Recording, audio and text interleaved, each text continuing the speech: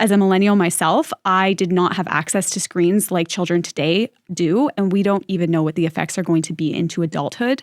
And there was also researchers at Harvard have shown that face-to-face interaction and hands-on play and learning are far more effective for building reading and social skills. I think kids need real play. I think we need to bring back board games. That's why I create board games for kids to learn to read and using multiple senses.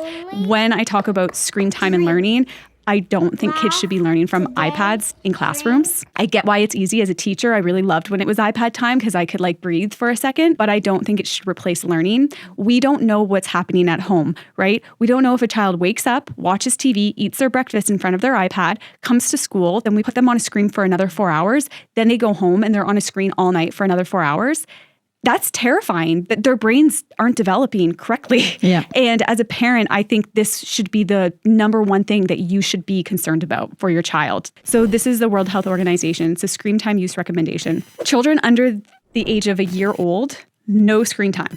No time spent watching TV, videos, or other digital media. Children age 1 to 2 years old, so this is toddlers, still no more than 0 screen time is recommended.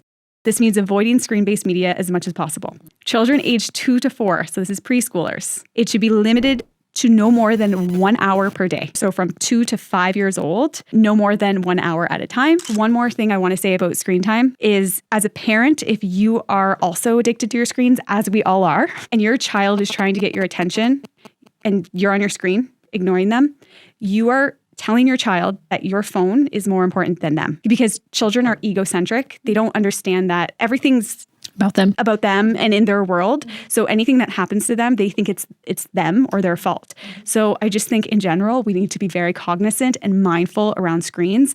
But I think it's super, super scary, the amount of screen time kids have and how we're using it as a babysitter, which I once again understand as parents. They're exhausted, they're overstimulated, but we need to be super mindful, especially in brains that are developing.